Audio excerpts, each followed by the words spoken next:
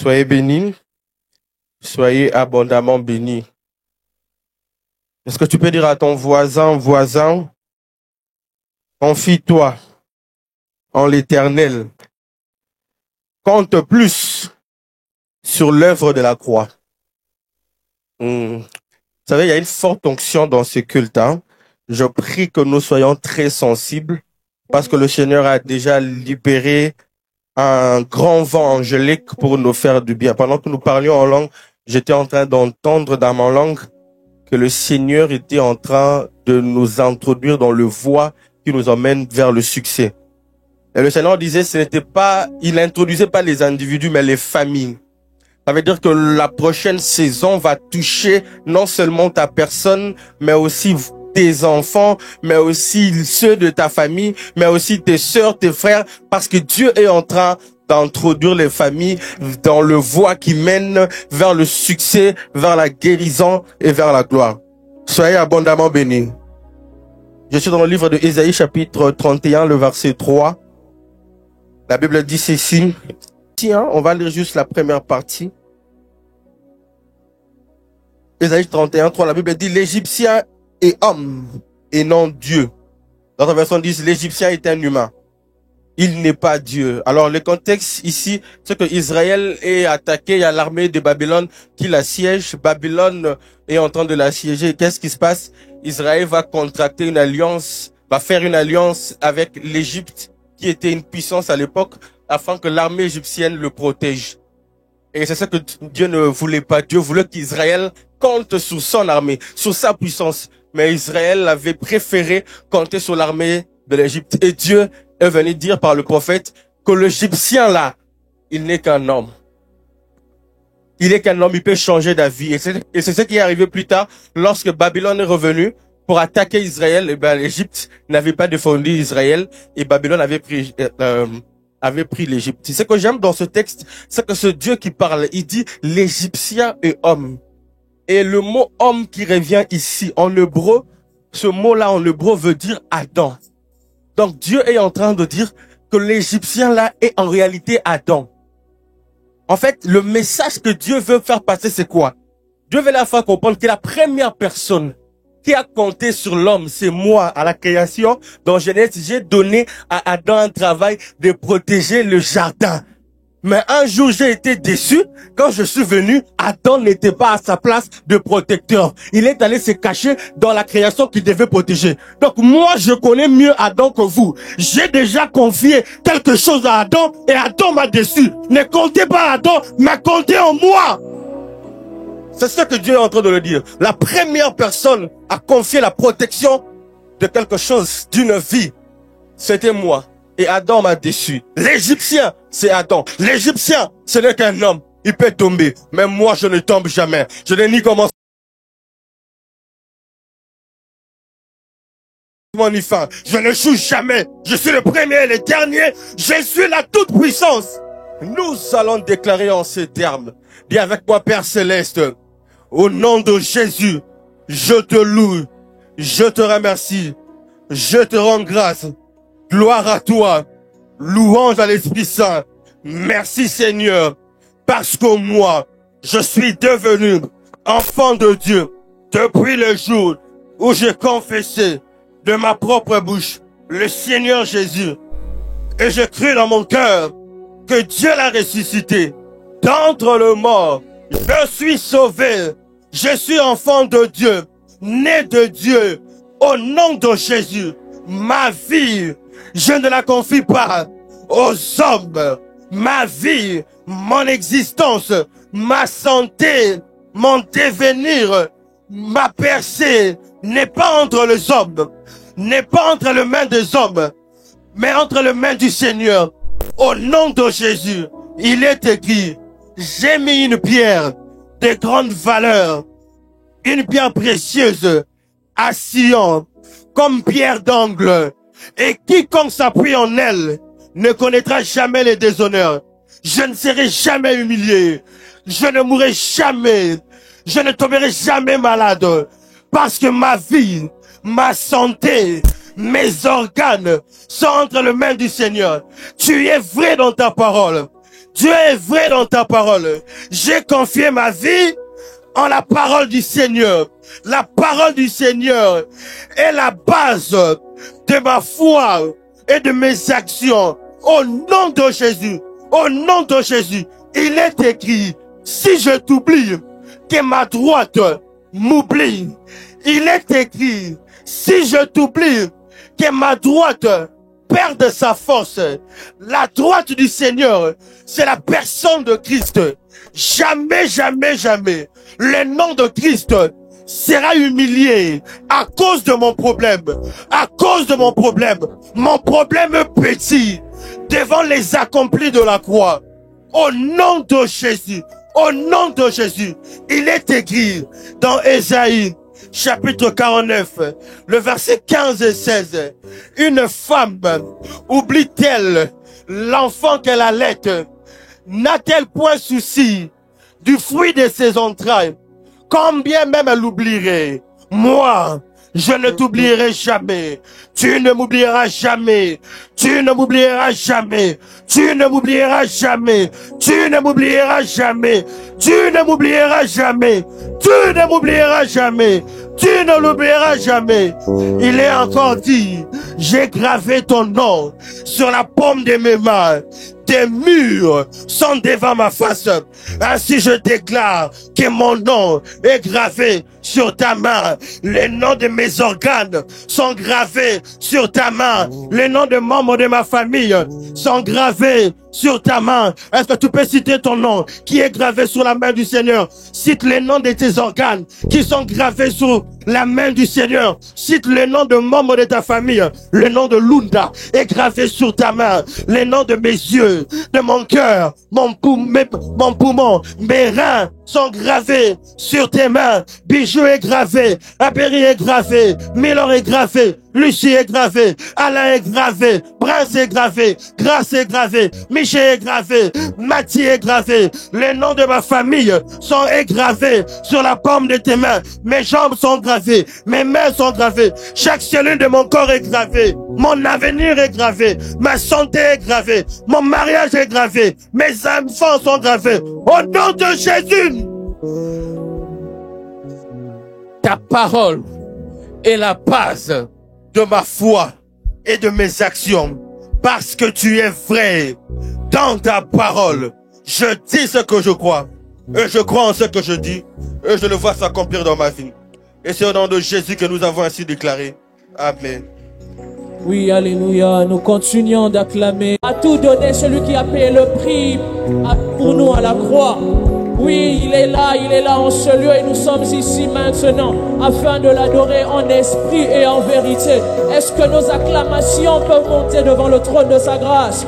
Est-ce que nos acclamations peuvent être des signes d'adoration? Oui, par tes acclamations, tu es là, tu dis, oui Seigneur, nous sommes là pour t'adorer. Toi le Dieu parmi les hommes, toi qui m'as sauvé, toi le ressuscité du troisième jour. Merci pour ta présence en ce lieu. Merci de nous accueillir dans ta présence. Et nous sommes là ici maintenant pour t'adorer. Je te loue, je t'adore, je te célèbre, roi de mon cœur.